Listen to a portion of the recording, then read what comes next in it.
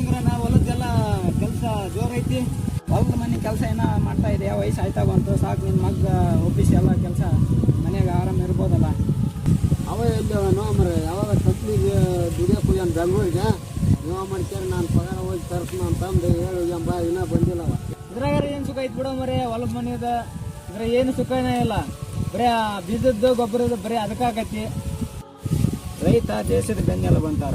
ಈ ರೈತನ ಬೆನ್ನೆಲುಬು ಮುರಿದ್ರ ಇದ್ರ ಬಗ್ಗೆ ಯಾರು ಧ್ವನಿ ಎತ್ತಲ್ರಿ. ಗೊಬ್ಬರ ಗಿಬ್ಬರ ಹಾಕಿ ಏನೋ ಪೀಕ್ ಬೆಳೆಸಿರ್ತೀವಿ.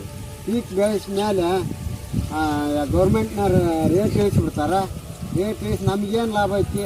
ಅದು ಆಳು ಗೀಳು ಅನ್ನೋಕ್ಕೆ ಏನೂ ಇಲ್ಲ. ಏನೋ ಹಿರಿಯರು ಮಾಡ್ಕೊಂತ ಬಂದಾರಂತಂದು ಮಾಡೋದಪ್ಪ.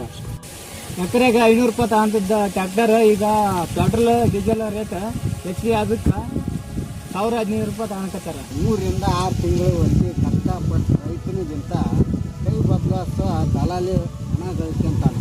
ಆದ್ರೆ ಅದರಿಂದ ಸರ್ಕಾರನೂ ಗಳಿಸ್ತದೆ. ನಾವು ರೈತರು ಈ ಸಾಯ ನಾ ಸಾಯ ಅಂತಂದು ಈ ದುಡಿಮೆಗ ಸಾಯ ಅದ. ಹೌದು, ಈ ರೈತರ ಉತ್ಪನ್ನಗಳನ್ನು ನೇರವಾಗಿ ಸಾರ್ವಜನಿಕರಿಗೆ ಮಾರಾಟ ಮಾಡಲು ಸರ್ಕಾರವು ಮುಂದಾಗಬೇಕು. ಅಂದಾಗ ಮಾತ್ರ ಸಾರ್ವಜನಿಕರಿಗೂ ಹಾಗೂ ರೈತರಿಗೂ ಅನುಕೂಲ ಆಗುತ್ತೆ.